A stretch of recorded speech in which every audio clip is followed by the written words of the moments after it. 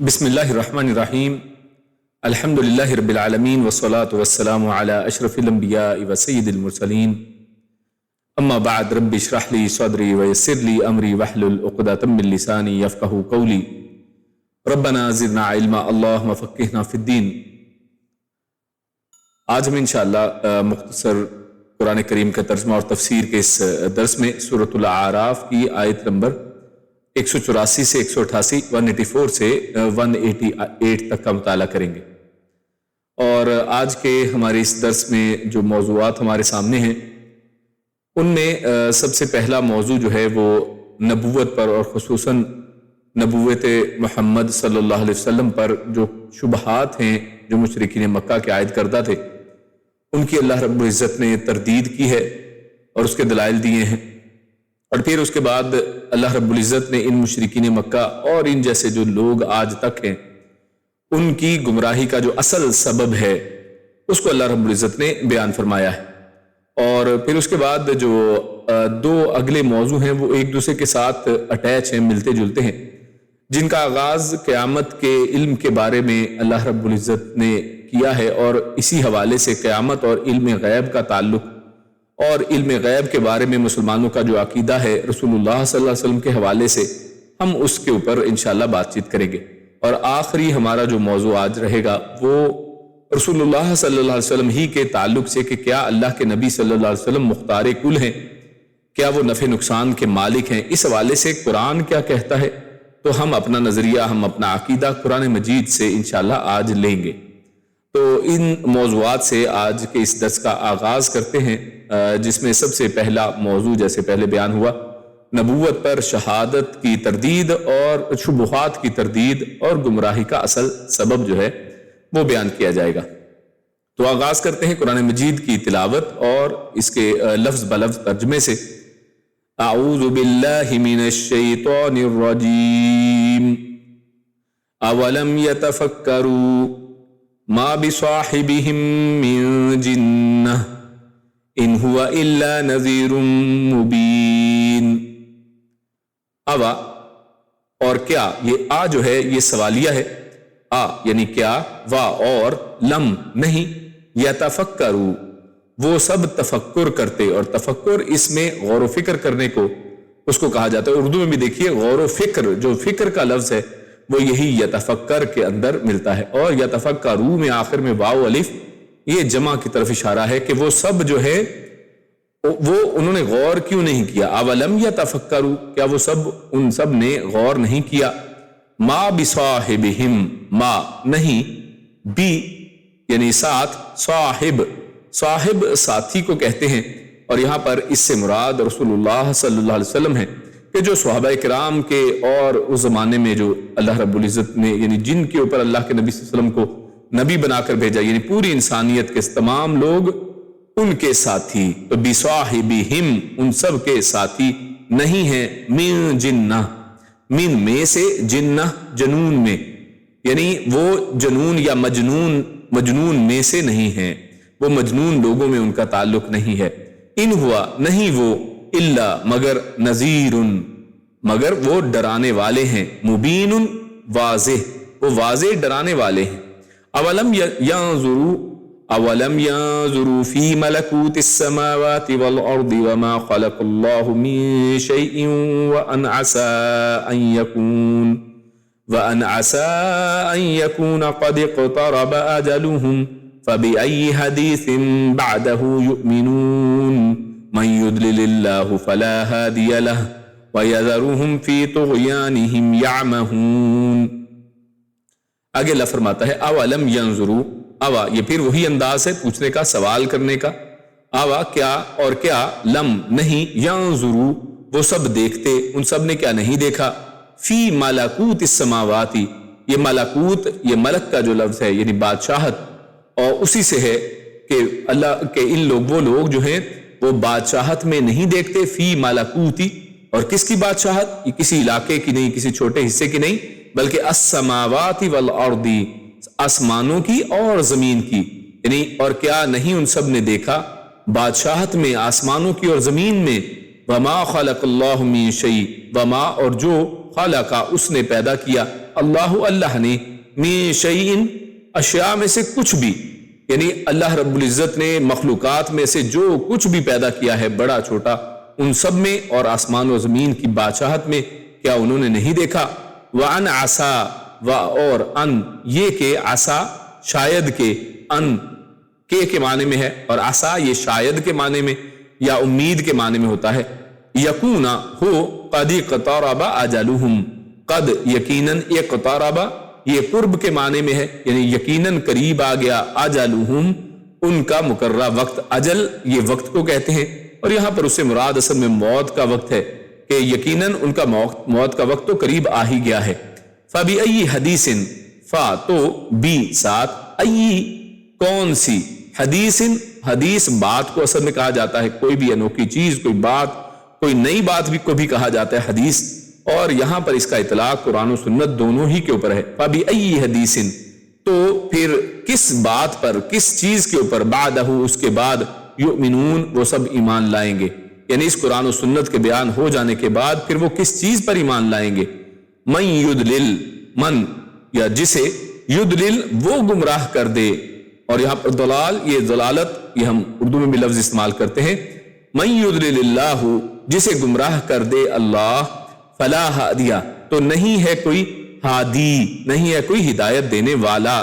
تو یہ ہادی جو لفظ عموماً پاکستان میں اور ہمارے ملکوں میں نام بھی رکھا جاتا ہے، تو ہادی ہدایت دینے والا، فلا ہادی تو کوئی نہیں ہدایت دینے والا، لہو اس کا یا اس کو، وَيَذَرُهُمْ اور یَذَرُهُمْ وہ چھوڑ دیتا ہے انہیں، فی طغیانہم، فی میں طغیان، یہ جیسے ہم دریا کے اندر پانی میں بھی طغیانی کی بات کرتے ہیں، یعنی جب پانی اپنی سرحدوں سے، اپنے کناروں سے باہر آ جائے تو اس کو کہتے ہیں طغیانی۔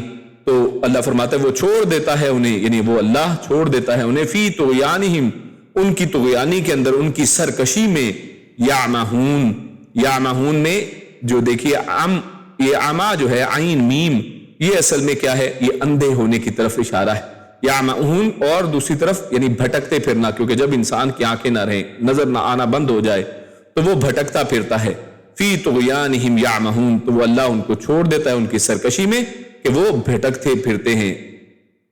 تو یہ ہم نے آیت نمبر 184 سے 186 تک کا جو ہے آپ کے سامنے تلاوت اور ترجمہ رکھا۔ اب اس کے بعد اس کی جو مختصر تفسیر ہے وہ آپ کے سامنے پیش کرتے ہیں۔ تو ہم نے دیکھا کہ پچھلی دفعہ تک اللہ رب العزت نے جو ہم مضمون پڑھ رہے تھے سورۃ الاعراف کے اندر، اس میں اللہ رب العزت نے ان لوگوں کی جو ایمان نہیں لانے والے، جو تکذیب کرنے والے ہیں، ان کی غفلت اور بے رخی پر اللہ رب العزت نے ان کو تنبیہ کی تھی، اور اب آج کی ان آیات میں جن کا ذکر آج ہم نے شروع کیا، وَلَمْ يَتَفَكَّرُوا مَا بِصَاحِبِهِم مِّن جِنَّةٍ، تو یہاں سے اصل میں نبی اکرم صلی اللہ علیہ وسلم کی نبوت پر جو ان مشرکین مکہ نے چند شبہات وہ پیدا کر رکھے تھے، اللہ رب العزت نے اس کی تردید فرمائی ہے۔ تو یہاں سے اصل میں اس کی تردید کا اشارہ اور اس کی طرف یعنی تردید کیا ہے، تاکہ ان لوگوں کے سامنے حق واضح ہو جائے اور ان کے اپنے سے گھڑے ہوئے جو اعتراضات ہیں، الزامات ہیں، اس کا جواب دیا جا سکے۔ تو اللہ رب العزت نے یہاں پر کیا فرمایا؟ اولم یتفکروا، تو بات کس سے شروع کی ہے کہ یہ چیز تو انسان کے غور و فکر سے تعلق رکھتی ہے کہ انسان صرف تھوڑا سوچے تو صحیح کہ جب وہ الزام لگا رہا ہے تو کس انداز میں، کس کے اوپر اور کس طرح کا الزام لگایا جا رہا ہے۔ اور اسی لیے فرمایا ما بصاحبہم من جنہ، کہ آپ کے ساتھی ہیں وہ، یعنی جن کے اوپر الزام لگایا جا رہا ہے وہ کیا ہیں؟ وہ تو ساتھی ہیں، صاحب ہیں۔ اور صاحب کس کو کہتے ہیں؟ جو آپ کے ساتھ رہتا ہو، جس کی زندگی آپ کے ساتھ بیتی ہو، جو آپ کے ساتھ ہمیشہ رہا ہو۔ تو کفار جو قریش تھے، آپ کو وہ کیا کہتے تھے؟ من جنہ، جو یہاں پر لفظ آیا ہے، وہ آپ کے اوپر جنہ ہونے کا الزام لگایا کرتے تھے۔ اور جنہ اس سے مراد اصل میں مجنون ہے، کیونکہ جو مجنون یا کوئی پاگل شخص ہو تو اس کے اوپر کہا جاتا ہے کہ اس کے اوپر جنون طاری ہو گیا ہے، اس کے اوپر کوئی جن آ گئے ہیں، تو اسی لیے جنہ کے اندر بھی جن کا لفظ بھی ہے، یعنی کوئی ایسی چیز ہے جو پردے میں ہے اور ہمیں نظر نہیں آتی ہے، اور اس نے اس کے ہوش و حواس کو بے قابو کر دیا ہے۔ اور ان لوگوں نے اللہ کے پیارے رسول صلی اللہ علیہ وسلم کے اوپر یہ گھٹیا قسم کا الزام لگایا کہ آپ نعوذ باللہ مجنون ہیں۔ تو اللہ تعالیٰ نے اس آیت میں اس کے دو جواب دیے ہیں، یعنی دو طرح سے دیکھیے اس کو سمجھایا ہے۔ ایک یہ کہ کبھی تم نے سوچا ہے کہ نبی اکرم صلی اللہ علیہ وسلم کسی اور جگہ سے نہیں آئے ہیں؟ یعنی بصاحبہم کا لفظ جو ہے یہ بڑا بہترین یہاں پر استعمال کیا ہے کہ یہ ایسا الزام تو تب آپ لگاتے کہ کوئی ایسا شخص ہوتا، کوئی ایسا شخص یہ دعویٰ کرتا نبوت کا کہ جس کو تم جانتے نہیں ہو، جو کسی اور جگہ سے آیا ہے، کسی اور زمانے سے، کسی اور کہہ لیں پلانٹ سے، کسی اور زمین سے ہٹ کر کسی اور یعنی مریخ سے، کسی اور سیارے سے آیا ہو، تو کوئی شخص کہہ سکتا ہے کہ ہم تو اس کے بارے میں جانتے نہیں ہیں، یہ کیسا شخص ہے؟ لیکن یہ تو آپ کے صاحب ہیں، یہ تو آپ کے ساتھ رہے ہیں، آپ کے ساتھ پلے بڑے ہیں، آپ ان کے کریکٹر سے واقف ہیں، اور آپ سب جانتے ہیں کہ یہ مشرکین مکہ اس اسلام کے رسول اللہ صلی اللہ علیہ وسلم کا جو نبوت کا اعلان تھا اس سے پہلے تک کیا کہا کرتے تھے اللہ کے نبی کو کہ یہ صادق اور امین ہے، حتیٰ کہ نبوت کے اعلان کے بعد بھی یہ مشرکین مکہ رسول اللہ صلی اللہ علیہ وسلم کے پاس اپنی امانتیں تک رکھوایا کرتے تھے، آپ سے فیصلے کروایا کرتے تھے۔ تو اللہ رب العزت نے اسی چیز کو اصل میں سب سے پہلی دلیل بنائے، ما بصاحبہم، کہ جو آپ کے ساتھی ہیں وہ تمہیں میں رہتے ہیں، تم ان سے خوب واقف ہو، انہوں نے 40 برس تم میں گزارے ہیں، تو کچھ غور تو کرو، کیا مجنون ایسے ہوتے ہیں؟ یعنی تم نے تو پوری زندگی دیکھا ہے۔ ان ہوا الا نذیر مبین، بلکہ کیا ہے، یہ تو نذیر ہیں، یہ تو ڈرانے والے ہیں، مبین اور واضح قسم کا ڈراتے ہیں آپ کو اس دنیا کے اندر جو تم اعمال کیا کرتے ہو، جو تم شرک کرتے ہو، اللہ کے سامنے دوسروں کو معبود ٹھہراتے ہو، دوسروں کو اللہ کا برابر ٹھہراتے ہو، اور اللہ رب العزت نے جو عبادات تمہارے سامنے یعنی حج کی شکل میں، روزے کی شکل میں جو عبادات ان کے اوپر ابراہیمی دین کے ساتھ آ چکی تھی، ان کے اندر انہوں نے تبدیلیاں کر دی تھی، حج کو ننگے کیا کرتے تھے، اور اسی طرح لبیک اللہم لبیک اس تلبیے سے واقف تھے، لیکن اس کے اندر انہوں نے اپنے طرف سے کچھ الفاظ شامل کر دیے تھے کہ ان کے علاوہ اللہ رب العزت نے اور لوگوں کو بھی ساتھ اپنے شریک ٹھہرا رکھا ہے۔ تو اللہ کہ یہاں پر اللہ نے فرمایا ان ہوا الا نذیر مبین، وہ تو صرف ڈرانے والے ہیں، آپ ان کے اوپر اس معاملے کے اوپر کہ وہ صرف تمہیں ڈرا رہے ہیں کہ قیامت سے ڈر جاؤ، اللہ کے سامنے کھڑے ہونے سے ڈر جاؤ، تم ان کے اوپر یہ الزام لگاتے ہو۔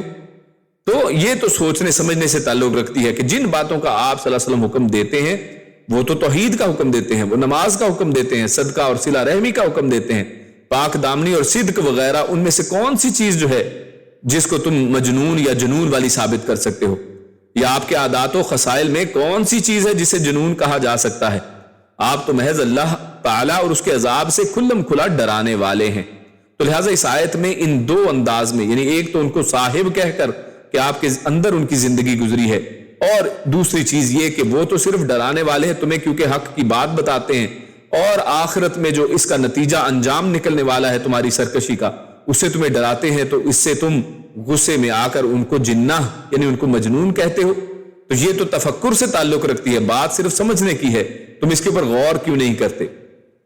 اس کے بعد آیت نمبر 185 کے اندر اللہ رب العزت کیا فرماتے ہیں؟ اولم ینظروا، اب دوسری انداز میں دوبارہ اولم، کیا نہیں ان لوگوں نے دیکھا، ینظروا، اور یہاں پر دیکھنے کا پھر تعلق دکھایا ہے، یعنی پہلے کیا تھا؟ یتفکروا، کہ کیا ان لوگوں نے تفکر نہیں کیا ہے، کیا ان لوگوں نے غور و فکر نہیں کیا ہے، اور یہاں پر یعنی تفکر کے بعد اب جو سوچ بچار ہے اس کے بعد دیکھنے سے تعلق کہ یہ تو آبزرویشن ہے انسان کی، انسان اگر غور و فکر کرے تو اس سے بھی چیزیں پتہ چل جاتی ہیں۔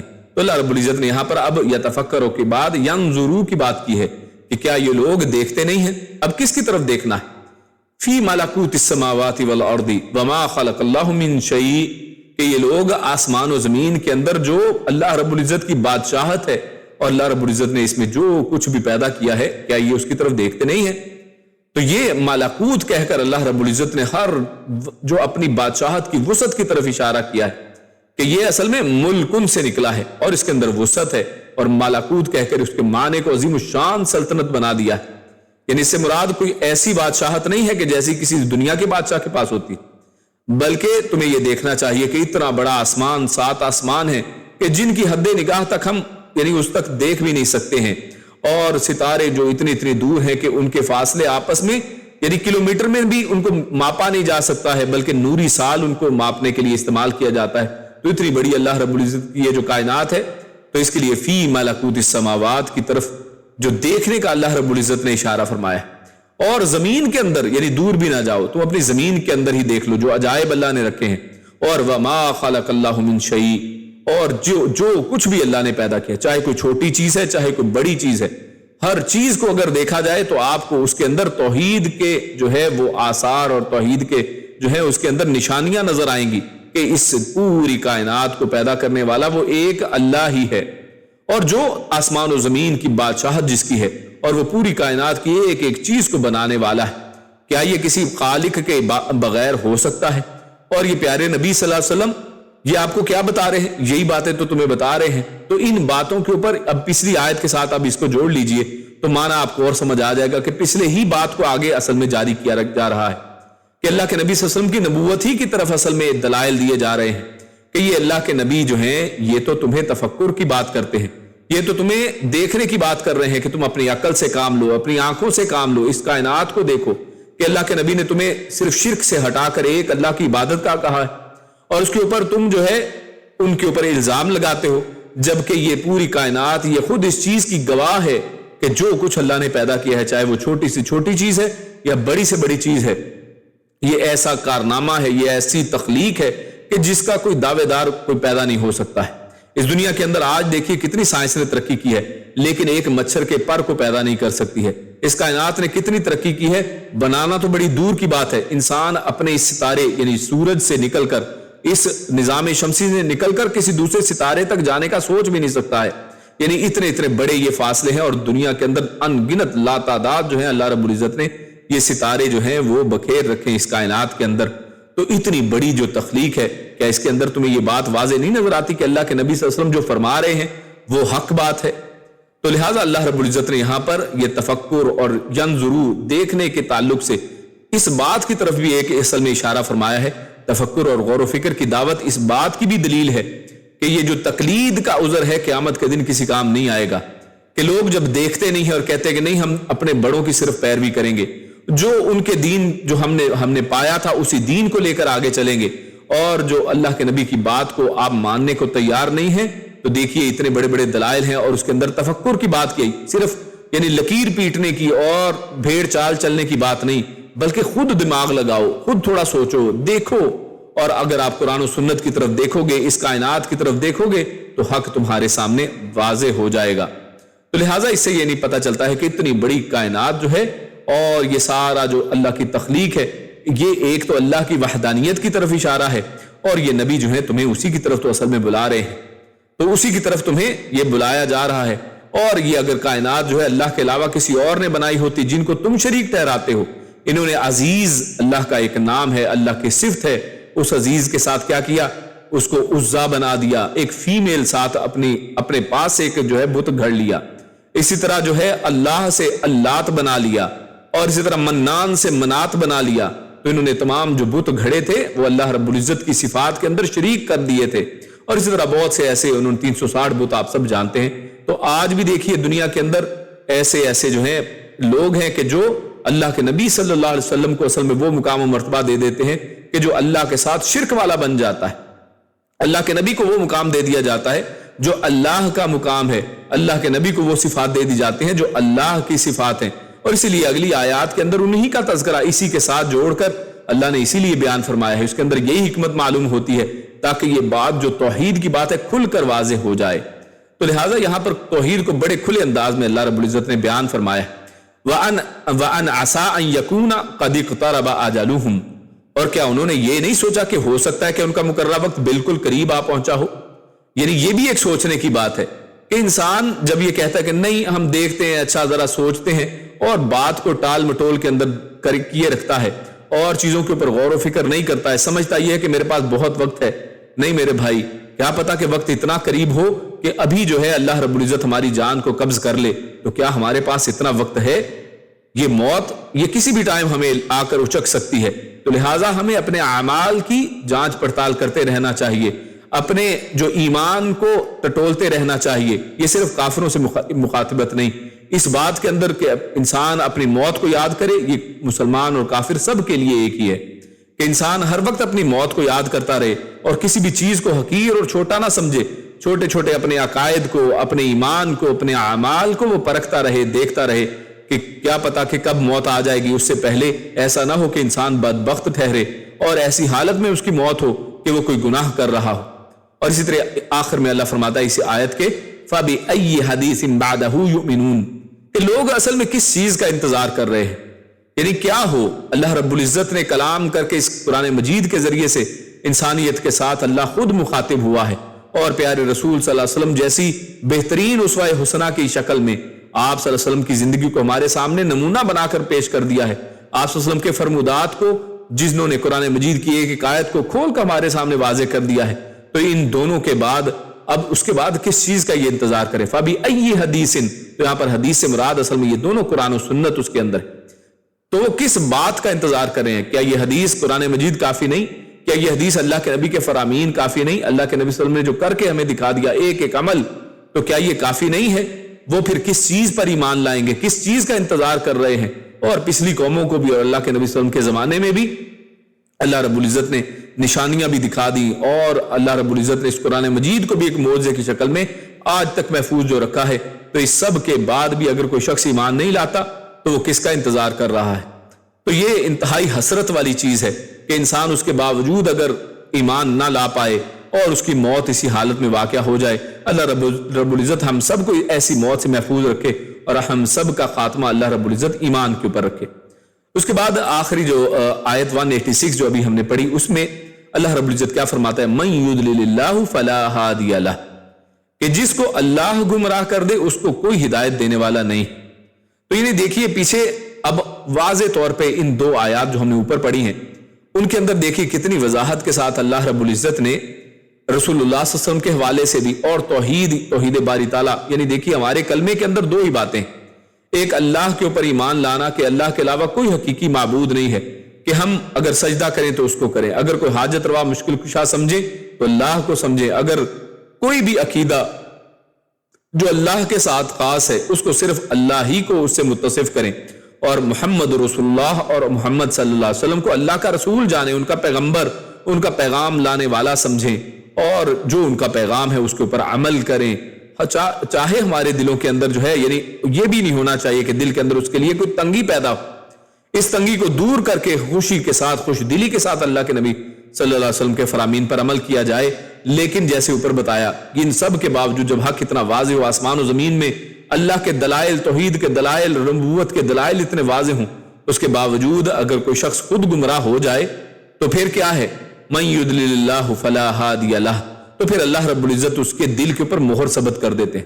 یعنی یہاں پر گمراہ کرنے سے مراد یہ نہیں کہ اللہ گمراہ کرتا ہے، اللہ تمہیں مجبور کرتا ہے، نہیں، اللہ نے آپشن کھلی رکھی تھی، آپ کے سامنے پیچھے دو آیتیں گزر گئیں، اللہ نے آپ کو نظریں دی ہیں کہ آپ دیکھیں، اللہ نے آپ کو دماغ دیا ہے کہ آپ سوچیں، اس کے بعد وجود اگر نہیں سوچتے ہیں تو پھر اس کے بعد اللہ رب العزت جب مہر لگا دیتا ہے تو پھر اس کے بعد کوئی کچھ نہیں کر سکتا ہے، پھر اس کو کوئی ہدایت نہیں دے سکتا ہے کہ جس کے بارے میں اب فیصلہ ہو گیا کہ یہ شخص اب گمراہ ہے۔ تو ہدایت اور گمراہی اللہ ہی کے ہاتھ میں ہے، مگر اس کا قانون ہے کہ وہ گمراہ اس کو کرتا ہے جو نیکی کا واضح راستہ چھوڑ کر بدی کا راستہ اختیار کر لیتا ہے، پھر اللہ بھی اسے اس کی سرکشی میں بھٹکنے کے لیے چھوڑ دیتا ہے۔ جیسے فرمایا وَيَذَرُهُمْ فِي طُغْيَانِهِمْ يَعْمَهُونَ، جب وہ شخص خود اپنے لیے اس نے ایک راستہ اختیار کر لیا تو اللہ پھر کہتا ہے کہ جا پھر اس پہ بھٹکتا رہے، پھر میں تمہیں چھوڑ دیتا ہوں۔ وَيَذَرُهُمْ، پھر وہ چھوڑ دیتا ہے انہیں، یعنی پھر ایسا نہیں ہے کہ ان کو پکڑ کے باہر، پھر تو مجبوری ہوگی۔ پھر انسان کی چوائس کس چیز کی؟ اللہ نے انسان کو چوائس دی ہے، اللہ نے انسان کو آپشن دی ہے، کھلا رکھا ہے کہ جو چاہے کرتا، پھر اگر جنت میں جانا چاہتا ہے اس کے عمل کر، اگر دوزخ میں جانا چاہتا ہے اس کے عمل کر۔ اللہ نے دونوں حق اور باطل کو واضح کر دیا ہے، اور فرمایا وَيَذَرُهُمْ فِي طُغْيَانِهِمْ يَعْمَهُونَ۔ تو یہاں پر اللہ رب العزت نے دیکھیے دو باتیں کی ہیں کہ اللہ رب العزت کیا کرتا ہے؟ اس کو چھوڑ دیتا ہے، کس میں؟ ان کی سرکشی میں۔ اور سرکشی میں کیسے؟ يَعْمَهُونَ، کہ اس میں وہ اندھا ہو کر پھرتا رہے، بھٹکتا پھرے، یعنی اس کو پھر راستہ مل سکتا ہے؟ یعنی انسان بھٹکتا پھرے گا تو پھر کیسے وہ راستہ پا سکتا ہے؟ اور اللہ رب العزت جب اس کو گمراہ کر دے تو اس کو کیسے راستہ مل سکتا ہے؟ پوری کائنات، پوری دنیا بھی مل کر پھر اس کو ہدایت دینا چاہے تو نہیں دے سکتی ہے۔ پیارے رسول صلی اللہ علیہ وسلم کے کتنے ہی رشتہ دار تھے، اللہ کے نبی صلی اللہ علیہ وسلم چاہتے بھی تھے کہ یہ ہدایت پا جائیں، لیکن جب ان لوگوں نے خود ہدایت کو نہیں مانگا ہے اللہ رب العزت سے، اس ہدایت کے پیغام کو قبول نہیں کیا ہے، تو پھر دیکھیے اللہ کے نبی صلی اللہ علیہ وسلم بھی ان کو ہدایت نہیں دے پائے ہیں، کیونکہ ہدایت اللہ کے ہاتھ میں، تو لہٰذا پھر ان کو کوئی ہدایت نہیں دینے والا۔ تو معلوم ہوا کہ ان کے ایمان نہ لانے کا اصل باعث کیا تھا؟ فی طغیانہم، ان کی اصل میں یہ طغیانی تھی، ان کی یہ سرکشی تھی، ان کا یہ تکبر تھا کہ جس کے اندر وہ اندھے ہوئے پھرتے تھے، بھٹکتے پھرتے تھے۔ جب انسان تکبر والا ہو کہ نہیں میں تو حق پہ ہوں، میں تو ٹھیک ہوں، بات سننا ہی نہ چاہے، اور حتیٰ کہ اس سے طغیانی اور سرکشی میں ابھر آئے۔ سرکشی اصل میں دیکھیے کس کو کہتے ہیں، یہ لفظ جو ہے بڑا خاص ہے، طغیانہم، یعنی یہ ایسا نہیں ہے کہ انسان جو ہے بھٹک جائے، صرف بھٹکنا یہ ہے کہ انسان سیدھے راستے پہ چل رہا تھا، بس ایسے ہی ایک دم اس کا پاؤں پھسلا اور کسی دوسرے راستے پہ چلا گیا، نہیں، یہ طغیانی ہے کہ انسان جو ہے دوسری دونوں طرف دیکھیے، جب نہر یا کوئی دریا چلتا ہے دونوں طرف اس کے کنارے اونچے ہوتے ہیں، یعنی ایسا ممکن نہیں ہے کہ صرف بھٹک کر دریا کا پانی باہر نکل آئے، ممکن ہی نہیں ہے، جب تک کہ اس کے اندر طغیانی نہ آئے کہ وہ اچھل کر باہر نکلے، خود باہر نکل آئے، تو اس کے لیے اس کو باقاعدہ کوشش کرنی پڑتی ہے۔ یعنی انسان جب خود سے سرکش بن جاتا ہے، یعنی کوشش کر کے وہ اللہ کی نافرمانی کرتا ہے، کوشش کر کے وہ فسق و فجور کے راستے پر چلتا ہے، تو اسے کہتے ہیں طغیانی۔ تو اس کے اوپر اللہ فرماتا ہے پھر اللہ رب العزت ان کو ان کی سرکشی میں، ان کے اس تکبر کے اندر ان کو چھوڑ دیتا ہے کہ پھر ان کے اندر پھر غور و فکر کی صلاحیت بھی باقی نہیں رہتی ہے۔ یعنی جن کی بارے میں اوپر بات کی ہے نا کہ تفکروا، کہ وہ کیا غور نہیں کرتے، کیا وہ دیکھتے نہیں، تو جب انسان سرکشی میں آ جائے، جب وہ خود اپنے لیے برا راستہ تلاش کر لے، تو پھر اس کو کوئی ہدایت دینے والا نہیں ہے۔ جب وہ غور و فکر کرنا ہی چھوڑ دے تو اس کے لیے پھر کوئی راستہ نہیں ہے۔ اس کے بعد ہم اگلے اپنے موضوع کی طرف چلتے ہیں، جن کا اور یہ دونوں باتوں کا تعلق جو ہے عقیدے کے ساتھ ہے۔ ایک مسلمان کا جو عقیدہ ہونا چاہیے اس حوالے سے قیامت کے بارے میں، اور اسی طرح علم غیب کے بارے میں، اسی طرح مختار کل اللہ کے نبی صلی اللہ علیہ وسلم کے ہونے کے حوالے سے، تو یہ تمام چیزوں کو ہم انشاءاللہ اگلی آیات میں دیکھتے ہیں۔ تو اللہ فرماتا ہے یسألونک عن الساعة أیان مرساها قل انما علمها عند ربی لا يجلیها لوقتها الا هو ثقلت في السماوات والارض لا تأتيكم الا بغتة يسألونك كأنك حفي عنها قل انما علمها عند الله ولكن اكثر الناس لا يعلمون قل لا املك لنفسي نفعا ولا ضرا الا ما شاء الله ولو كنت اعلم الغيب لاستكثرت من الخير وما مسني السوء ولو كنت اعلم الغيب لاستكثرت من الخير وما مسني السوء ان انا الا نذير وبشير لقوم يؤمنون۔ تو ہم نے دو آیتیں تلاوت کی، آیت نمبر 187 اور 188۔ اللہ فرماتا ہے، جس کا ترجمہ کچھ یوں ہے، یسألونک عن الساعہ، یسألون، تو اس میں یسألون میں جو سألہ ہے یہ سوال کرنا، جیسے اردو میں ہم بولتے ہیں وہی لفظ ہے، یعنی وہ سب جو ہیں وہ آپ پیارے حبیب صلی اللہ علیہ وسلم آپ سے پوچھتے ہیں۔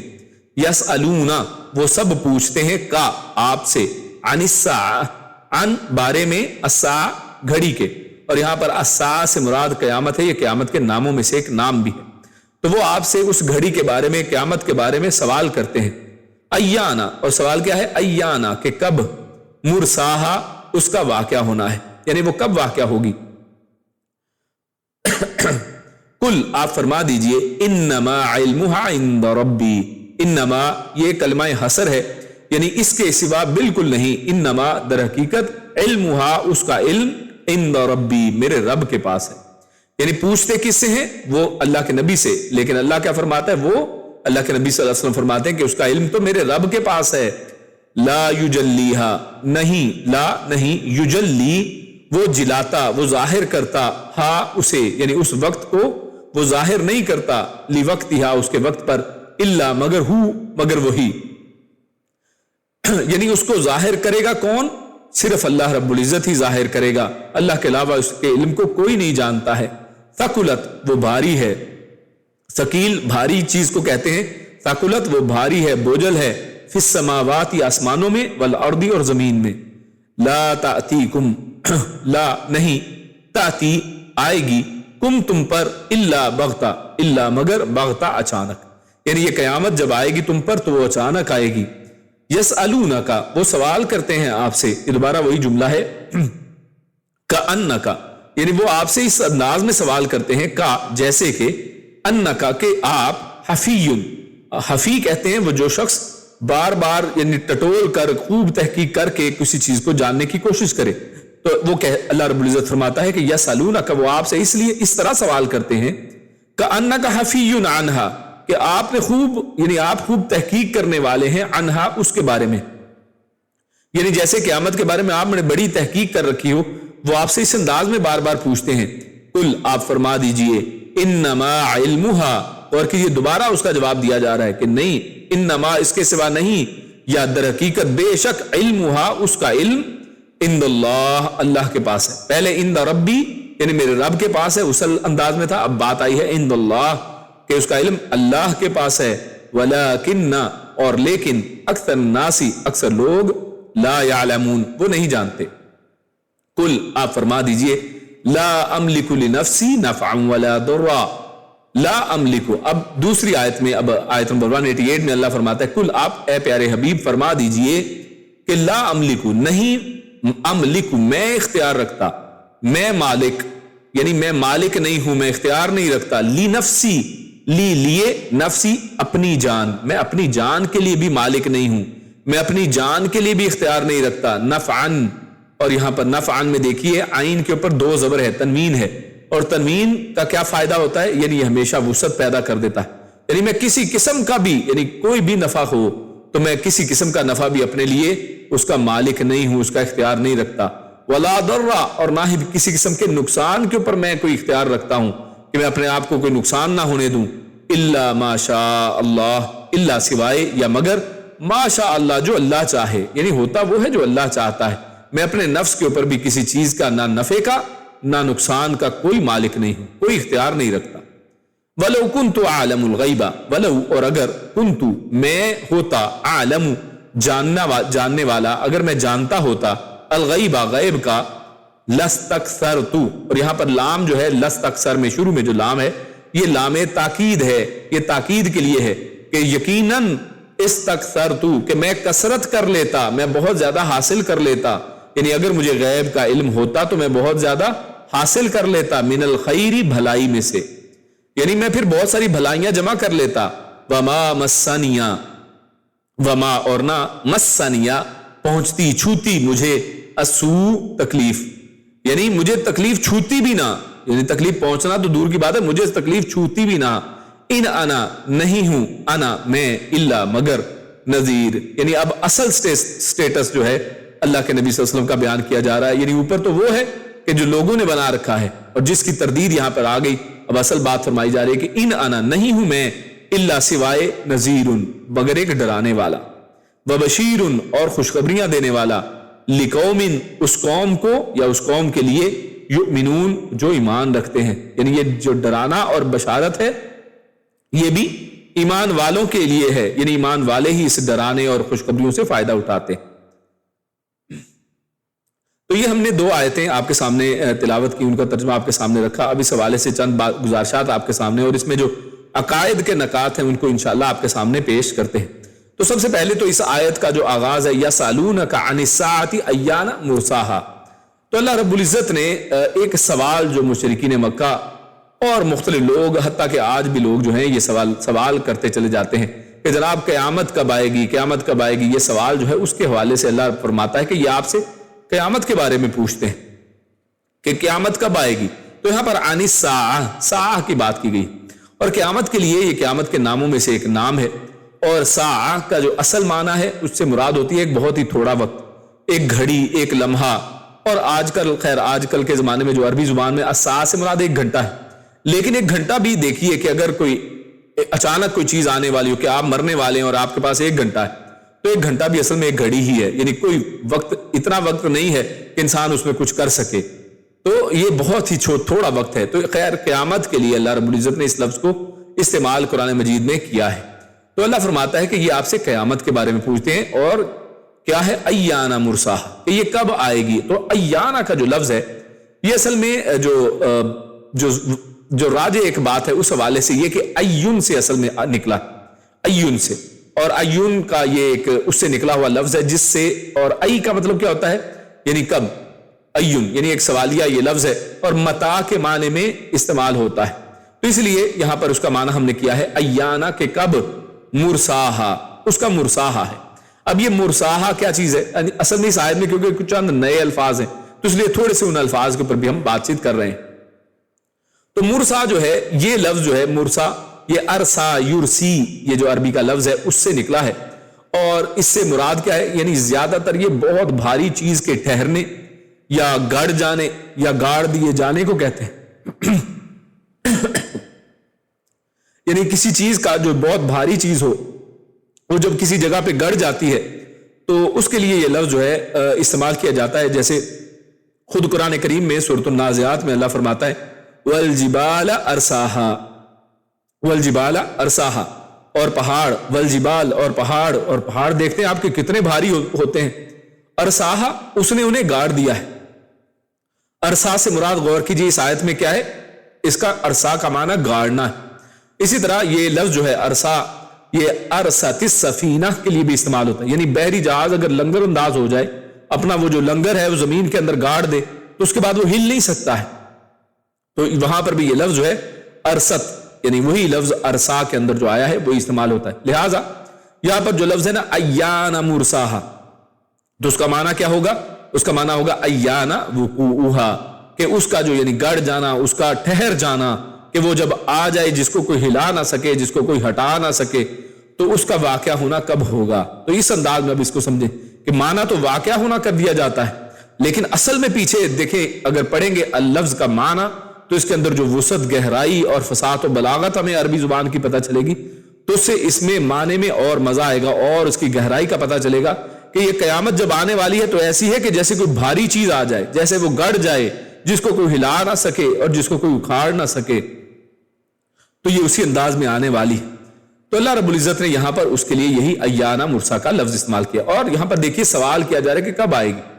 پہلی بات تو یہ کہ اللہ کے نبی صلی اللہ علیہ وسلم کے زمانے میں بھی جب بھی یہ سوال کیا جاتا تو اللہ کے نبی صلی اللہ علیہ وسلم کیا کہتے تھے؟ اس کے جواب میں یہ نہیں کہتے تھے کہ فلاں ٹائم آئے گی، مجھے سب پتا ہے، مجھے علم غیب ہے اور میں آپ کو بتاتا ہوں کہ فلاں فلاں دن، فلاں گھنٹے اور فلاں ٹائم میں یہ آنے والی. بلکہ رسول اللہ صلی اللہ علیہ وسلم کا جواب کیا ہوتا تھا کہ تم نے اس کے لیے تیاری کیا کی ہے. یعنی قیامت کا سوال کرنے والا جو ہے سوال کیوں کر رہا؟ اصل سوال کے اوپر دیکھنا چاہیے کہ ہر سوال کا کوئی مقصد ہوتا ہے، اور یہ مشرکین مکہ بغیر کسی مقصد کے اصل میں سوال کر رہے ہیں. پیچھے بات آئی ہے پچھلی آیت کے اندر کہ ان کو موت کا تو یاد نہیں ہے کہ موت کبھی بھی آ سکتی ہے، اور جب کسی شخص کی موت آ جائے تو قیامت کا کیا اسے انتظار کرنا چاہیے؟ وہ تو مر گیا، اس کے لیے تو قیامت اسی وقت ہے جب وہ مر گیا ہے. تو اسی لیے غور کیجئے کہ پچھلی اور اس آیت کے اندر موت کے اندر اور قیامت والی دونوں آیتوں کو ساتھ ساتھ ذکر کیا گیا ہے. اور اس میں حکمت یہی معلوم ہوتی ہے کہ ان دونوں کے اندر اصل میں ایک ہی بات ہے کہ جو شخص ایک دم مر جائے اس کے لیے تو قیامت وہی ہے، اس کو قیامت کا انتظار نہیں کرنا ہے بلکہ تیاری کرنی ہے. جیسے پچھلی آیت میں اس کی طرف توجہ دلائی گئی کہ انسان اس کے لیے تیاری کرے، اس کے لیے جو اللہ رب العزت نے جو اس کے سامنے مناظر رکھے ہیں، جو اللہ نے تفکر کے لیے عقل دی ہے، اس سے کام لے اور توحید کو مانے اور اللہ کے نبی کی رسالت کو مانے. تو خیر یہاں پر فرمایا قل انما علمها عند ربی. اب اس کے سوال کے جواب میں اللہ کے نبی صلی اللہ علیہ وسلم نے وقت نہیں بتایا ہے. اور کیوں نہیں بتایا ہے؟ کوئی شخص کہہ سکتا ہے کہ بھی اللہ کے نبی کو پتا تھا لیکن بتایا نہیں ہے. بھئی یہاں پر دیکھیے اس بات کو بالکل واضح فرما دیا انما کہہ کے. اور یہ انما بڑا ہی زبردست لفظ ہوتا ہے. انما جو ہے اس کا معنی ہوتا ہے کہ اس کے سوا نہیں، یعنی اس کا جواب جو آگے دیا جائے گا وہ اس جواب کے علاوہ کوئی اور ہے ہی نہیں. یعنی یہ نہیں کہ بھی کوئی بات جو صرف ویسے ہی اوپر سے بات کی جا رہی ہے صرف لفاظی کے طور پہ کہنے کے لیے، نہیں، یہ اصل میں ایسا ہی ہے. یہ انما اصل اور حقیقت کی طرف اشارہ کرتا ہے. اللہ فرماتا ہے انما علمها عند ربی. اور یہ کن کے منہ سے کہوایا جا رہا ہے؟ اللہ کے نبی صلی اللہ علیہ وسلم کے خود زبان مبارک سے کہ اللہ کے نبی آپ فرما دیں، آپ ان کو بتا دیں، کیونکہ یہ پوچھ آپ سے رہے لہٰذا بتائیں بھی آپ. اور کیا بتائیں؟ علمها عند ربی، کہ اس کا جو علم ہے نا وہ کس کے پاس ہے؟ وہ میرے رب کے پاس ہے. تو اس کا علم کسی کو نہیں ہے، یہ میرے رب کے پاس اس کا علم ہے. اور جو علم اللہ کے پاس ہے، رب کے پاس ہے، تو وہ علم جب تک اللہ کسی کو دے نا کسی کو معلوم نہیں ہے. کسی شخص کے اندر یہ استطاعت نہیں ہے کہ وہ اللہ کے علم سے کچھ لے لے. اور اس کا ذکر ہم آیت الکرسی کے اندر پڑھتے ہیں کہ اللہ رب العزت کے علم میں سب کچھ ہے. اس کے علم نے ہر چیز کو احاطے میں لے رکھا ہے، لیکن اس کے علم میں سے کوئی شخص کچھ لے نہیں سکتا ہے.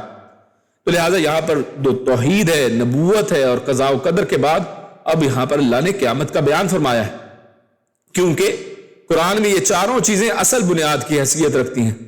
یہ اصل ہیں، یہ اصل بنیاد ہیں، یہ اصل بنیاد ہیں کہ جن کے اوپر انسان کے ایمان اور عقیدے کا تعلق ہے.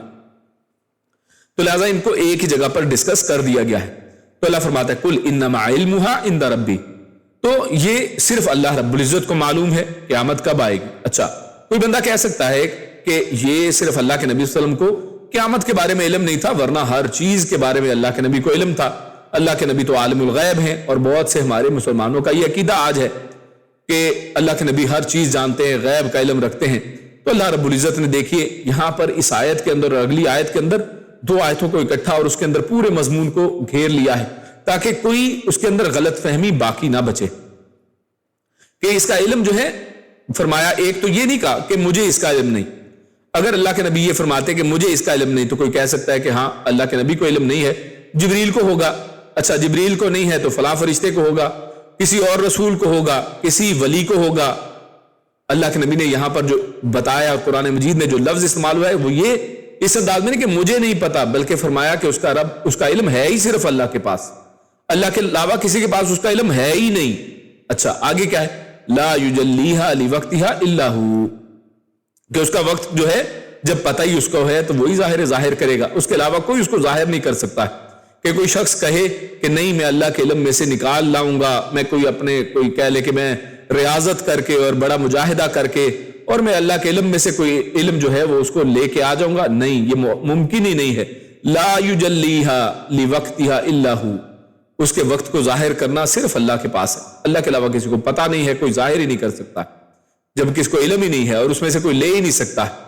اور دوسری بات آگے اور بھی اس کو زبردست کر دیا ہے، یعنی بات اللہ رب العزت کے اوپر بس ہے کہ کیسے اللہ رب العزت کلام کرتا ہے. اور ان آیات سے اللہ کے کلام کا بھی پتہ چلتا ہے کہ اللہ کا کلام کیسا زبردست کلام ہے، کہ کوئی نقطہ برابر چیز کو چھوڑا نہیں ہے. فرمایا ثقلت فی السماوات والارض، کہ یہ بتانا اصل میں ممکن بھی نہیں تھا، یعنی یہ کسی کو بتا دیا جائے یہ بھاری ہے آسمانوں اور زمین میں، یعنی آسمان اور زمین پر نہیں صرف کا، فی السماوات والارض، یعنی آسمان و زمین میں اصل میں ایک تو یہ کہ کوئی ایسا ہے ہی نہیں کہ جس کے اوپر یہ بوجھ ڈالا جا سکے، جس کو اس بات کا علم دیا جا سکے. یہ اتنی بھاری چیز ہے، یہ علم ایسا ہے، یہ بھاری علم ہے، یہ کوئی برداشت ہی نہیں کر سکتا ہے کہ زمین و آسمان میں سے کوئی اس کو برداشت کر سکے. اس لیے اللہ تعالیٰ نے اسے صرف اپنے پاس رکھا ہے، یعنی یہ علم کو برداشت کرنا ہی صرف اللہ رب العزت کے ذمہ. ثقلت، یہ بھاری ہے. اور اس کا ایک معنی یہ ہے کہ اس کی ہیبت سے زمین و آسمان جو ہے وہ ہلتے ہیں، وہ لرزتے ہیں، یعنی اس کا بوجھ کو اٹھا نہیں سکتے ہیں.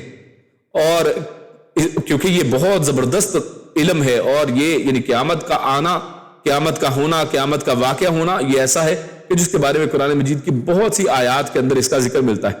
اور اذا السماء انفطرت، اور سورۃ الانشقاق میں زمین کے بارے میں کیا فرمایا کہ زمین جو ہے وہ اس کے اندر جو کچھ بھی ہوگی وہ اس کو باہر نکال پھینکے گی. یعنی یہ بہت بھاری والا دن ہے، یہ ایسا دن ہے کہ جس کو کوئی برداشت نہیں کر سکتا. جس دن آسمان پھٹ جائے گا، ستارے بے نور ہو جائیں گے، سمندر جو ہیں وہ طغیانی اختیار کر لیں گے، پہاڑ جو ہے وہ روئی کی طرح اڑنے لگ جائیں گے، یہ وہ دن ہے. تو اس لیے ثقلت فی السماوات والارض، یہ آسمان و زمین کے اوپر بھاری ہے.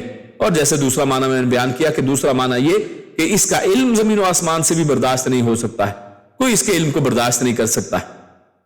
اور شاہ ولی اللہ اور ابن جزری رحمہ اللہ، انہوں نے اس کے متعلق اس کا معنی ایک اور طریقے سے ذکر کیا. وہ کہتے ہیں ثقل علمنا ای خفیہ، یعنی وہ کہتے ہیں کہ اس کا علم جو ہے وہ اصل میں بھاری ہے. اس سے مراد اصل میں یہ کہ خفیہ، یعنی اس کا علم مخفی ہے، یعنی اس کا علم اتنا بھاری ہے کہ اس کو کوئی اٹھا نہیں سکتا، اسی لیے وہ علم جو ہے مخفی ہے.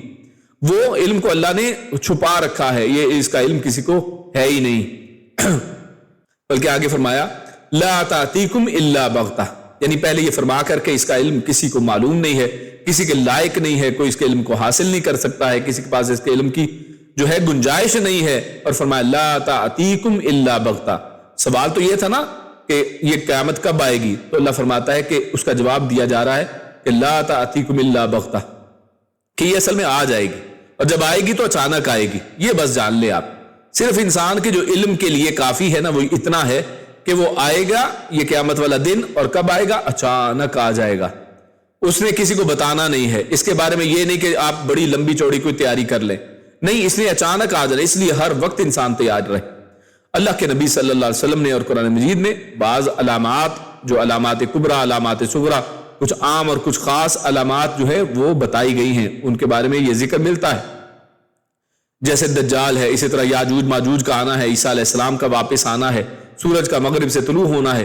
لیکن یہ سب واقعات کیا ہیں؟ ہاں یہ قیامت سے پہلے واقعہ ہوں گے، لیکن ان کے بھی اندر بھی کوئی ایسی خبر اور علم نہیں ہے کہ ان کے بعد کتنی دیر بعد قیامت آئے گی. ان کے بعد بھی اصل میں یہ سب جب ہو جائے گا، ہاں یہ بات ضرور ہے کہ اس کے بعد پھر اب قیامت آ جائے گی. اور کب آئے گی؟ اچانک. یعنی اس کا عین وقت کا جو مقررہ وقت ہے وہ کوئی جان نہیں سکتا ہے. ہاں اس کے بارے میں چند نشانیاں ضرور بتا دی گئی ہیں، اور اصل وقت صرف اللہ کے پاس ہے، اور وہ یہ کہ وہ اچانک آ جائے گی اور اس کا علم اللہ کو ہے. یسألونک کأنک حفی عنہا.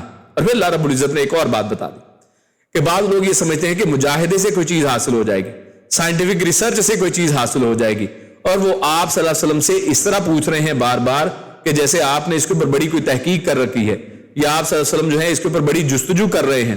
اللہ کے نبی صلی اللہ علیہ وسلم اس کی جستجو نہیں، بلکہ اللہ کے نبی اپنے وقت کو اس کی تیاری میں لگایا کرتے تھے. صحابہ کرام کو بھی اس کا درس دیا کرتے تھے.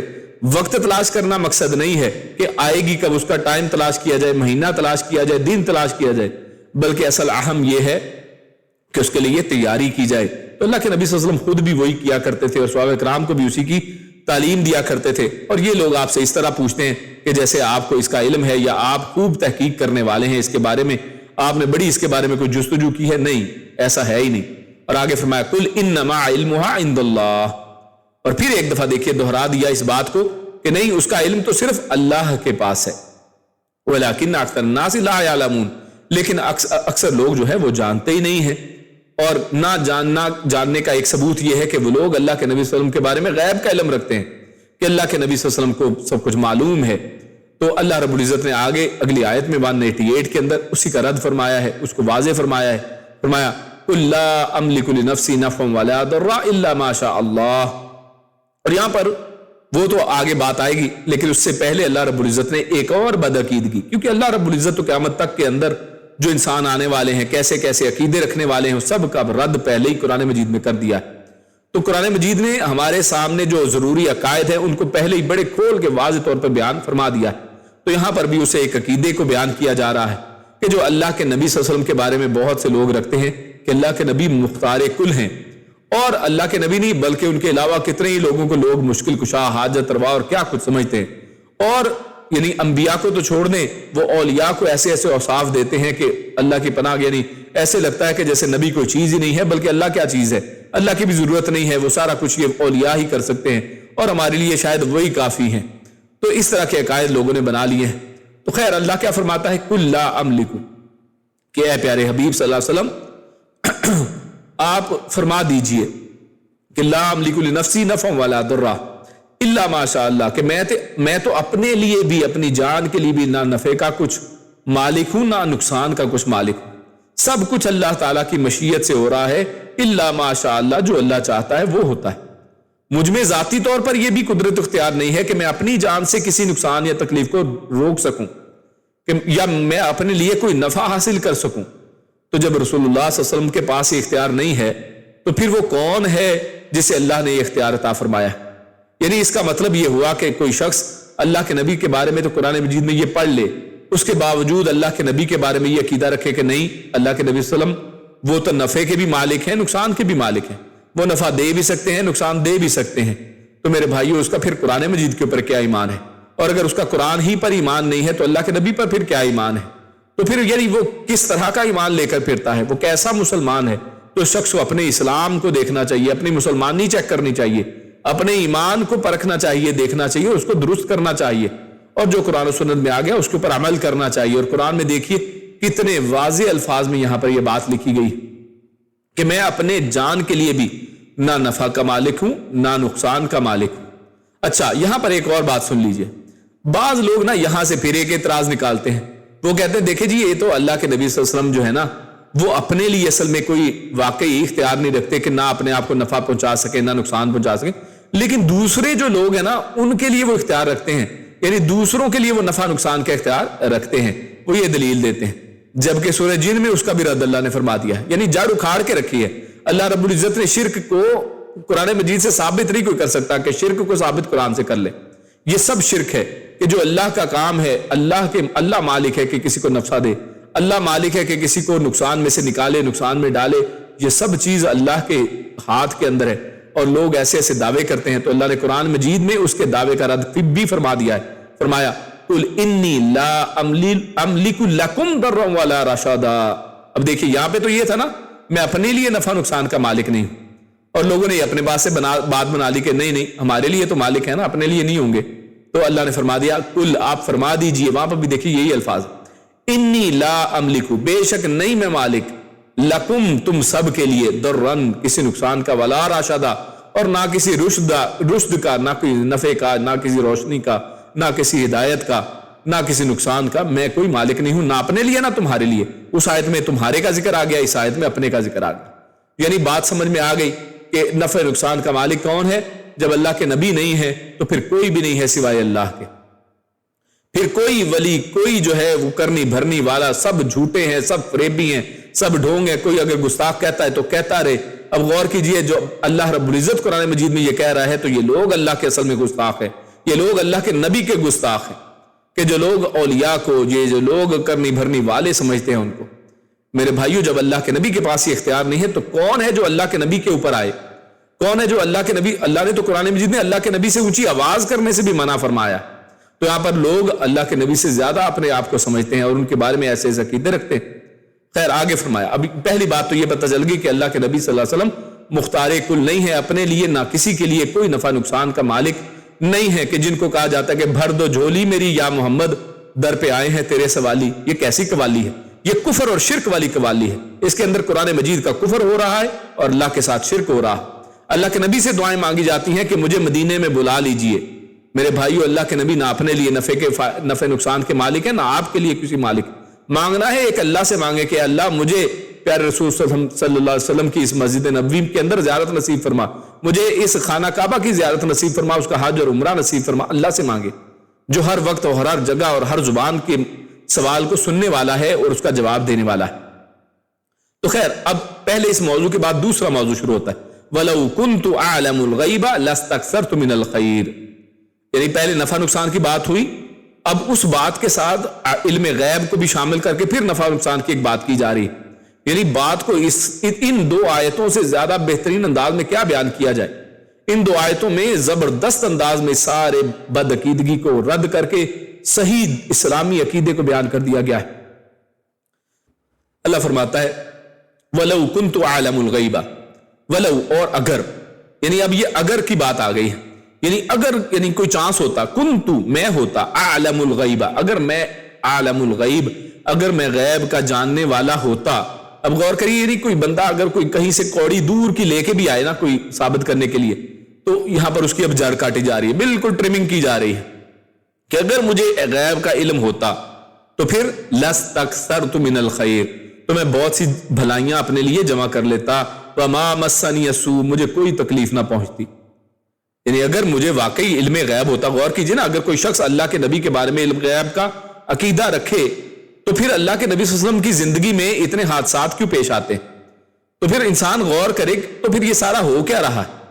یعنی اللہ کے نبی صلی اللہ علیہ وسلم کو اگر پہلے ہی سارا علم غیب تھا، پتا ہے کہ کیا ہونے والا ہے، پتا ہے کہ کیا کچھ کس کے دل میں کیا ہے، سب کچھ اگر اس کا علم ہے، انہی چیزوں کو غیب کہتے ہیں نا، جو ظاہر نہ ہو، جو غیب ہے، غیب سے تعلق رکھنے والی تمام چیزیں اگر ان کا اللہ کے نبی کو پتا ہوتا تو اللہ کے نبی ضرور اپنے لیے خیر جمع کر لیتے، ضرور برائی سے اپنے آپ کو بچا لیتے، اپنے آپ کو جو ہے کسی تکلیف سے بچا لیتے۔ مسانی سو میں برائی نہیں بلکہ تکلیف اس کا معنی ہے، تکلیف سے بچ جاتے کیونکہ وقت سے پہلے آگاہ تھے۔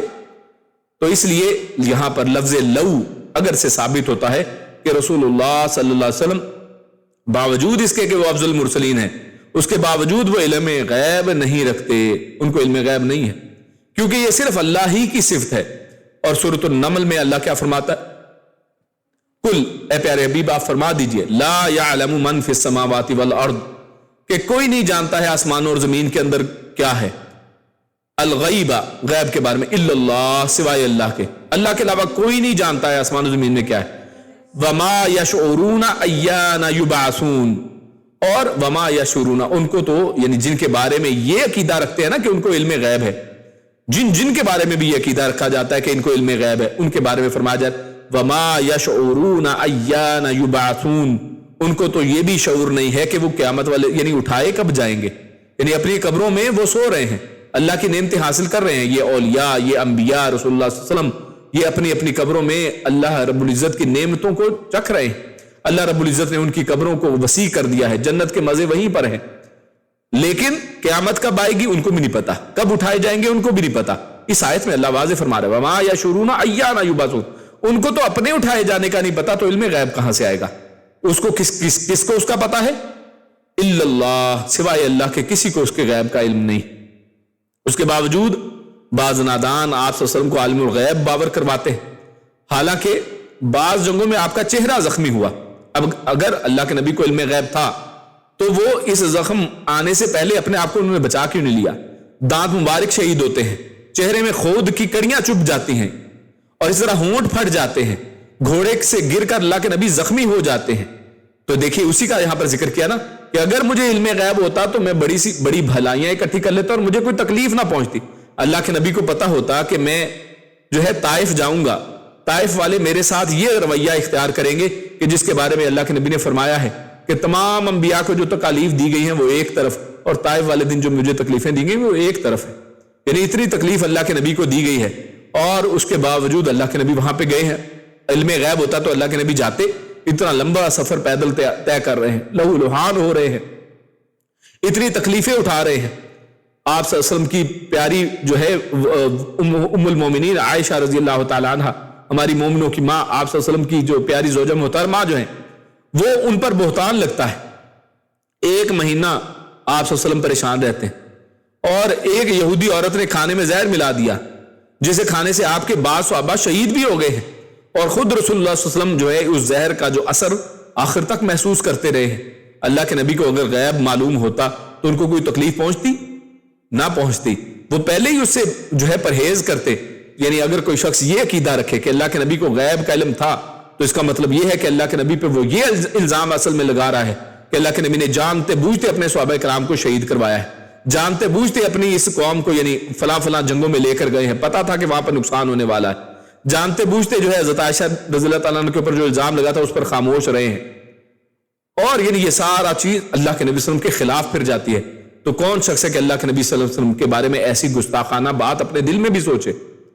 تو یہ اصل میں غیب کا علم رکھنے جو کا دعویٰ کرنے والے جو لوگ ہیں کہ اللہ کے نبی کو غیب کا علم تھا، اس کی بالکل یہاں پر وضاحت سے فرما دیا کہ اگر غیب کا علم ہوتا تو اللہ کے نبی کو بھلائیاں پہنچتی، بہت سی نقصان نہ کوئی ہوتا، کوئی تکلیف نہ ہوتی.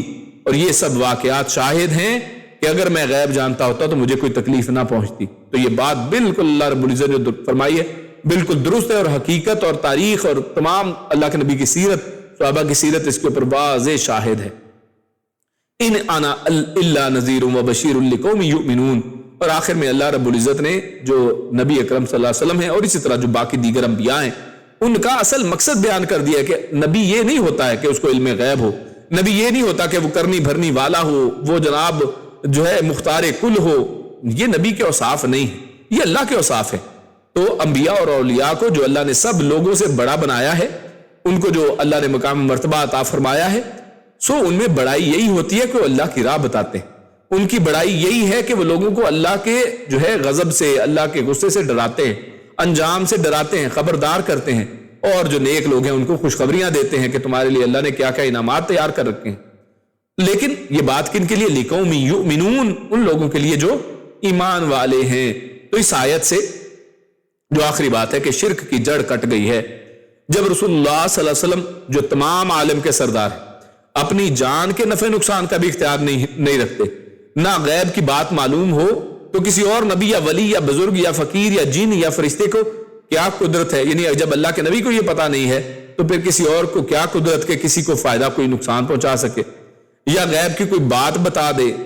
یعنی جیسے لوگ کہتے ہیں نا جی فلانے کرنے والے ہیں، فلانے بابا جی کے پاس جائیں آپ کو بتا دیں گے آپ کا بچہ کدھر گما ہوا ہے. تو وہ جو لوگ جاتے ہیں اور جناب ان کے بارے میں عقیدہ رکھتے ہیں کہ یہ بتا دیتے ہیں غیب کی باتیں.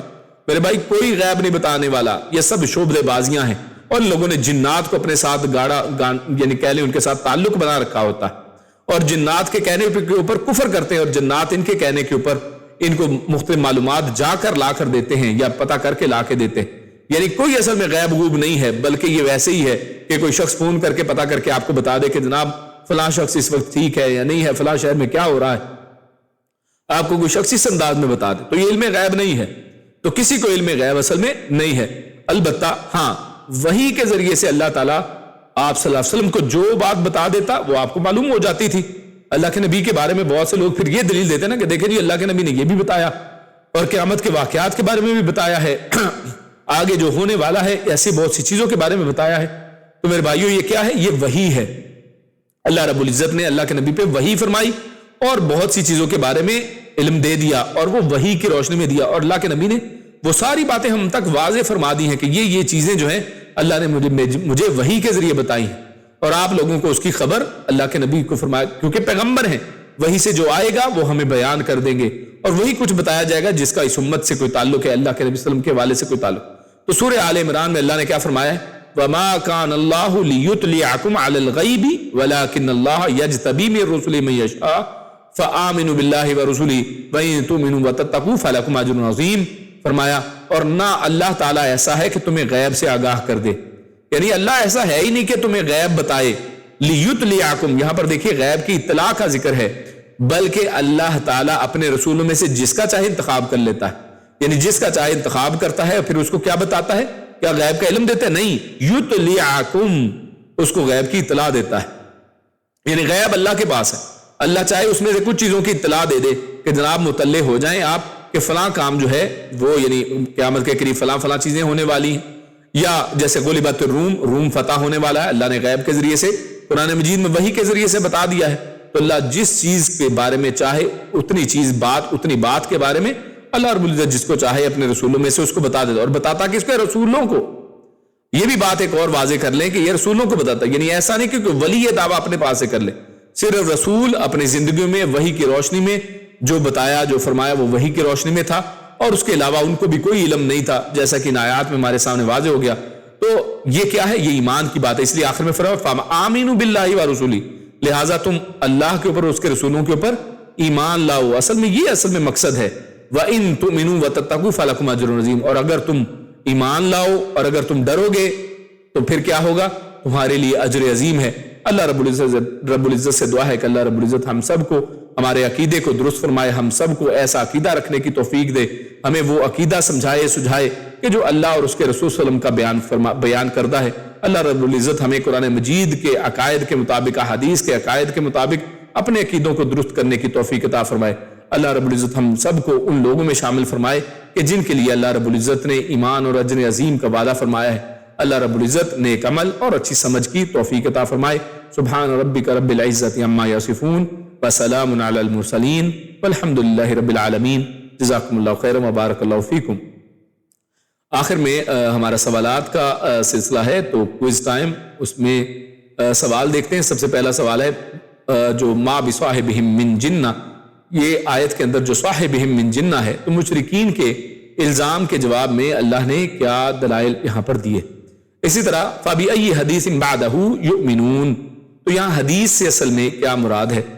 اور اسی طرح تیسرا سوال ہے وَعَنْ عَسَىٰ أَن يَكُونَ قَدِ اقْتَرَبَ أَجَلُهُمْ, تو یہاں اجل کی بات یعنی موت کی بات کیوں کی گئی ہے, اس کا کیا تعلق ہے اس حوالے سے, تو وہ بیان کیا گیا تھا. اس طرح مَن يُضْلِلِ اللَّهُ فَلَا هَادِيَ لَهُ, یہاں گمراہی کے کون سے دو اسباب کا تذکرہ اللہ نے فرمایا ہے. اور آخر میں اور ایک اور سوال, یسألونک عن الساعۃ, تو موت کے بعد قیامت کے تذکرے میں یہاں پر کیا ربط ہے کہ پہلے آجالہم موت کی بات کی, اب یہاں پر قیامت کی بات کر دی, تو کیا ربط ہے ان کے اندر. اسی طرح قُل لَا أَمْلِكُ لِنَفْسِي نَفْعًا وَلَا ضَرًّا, تو یہ آیت ہم نے پڑھی, تو یہاں کس عقیدے کی اصلاح کی گئی ہے اس آیت میں.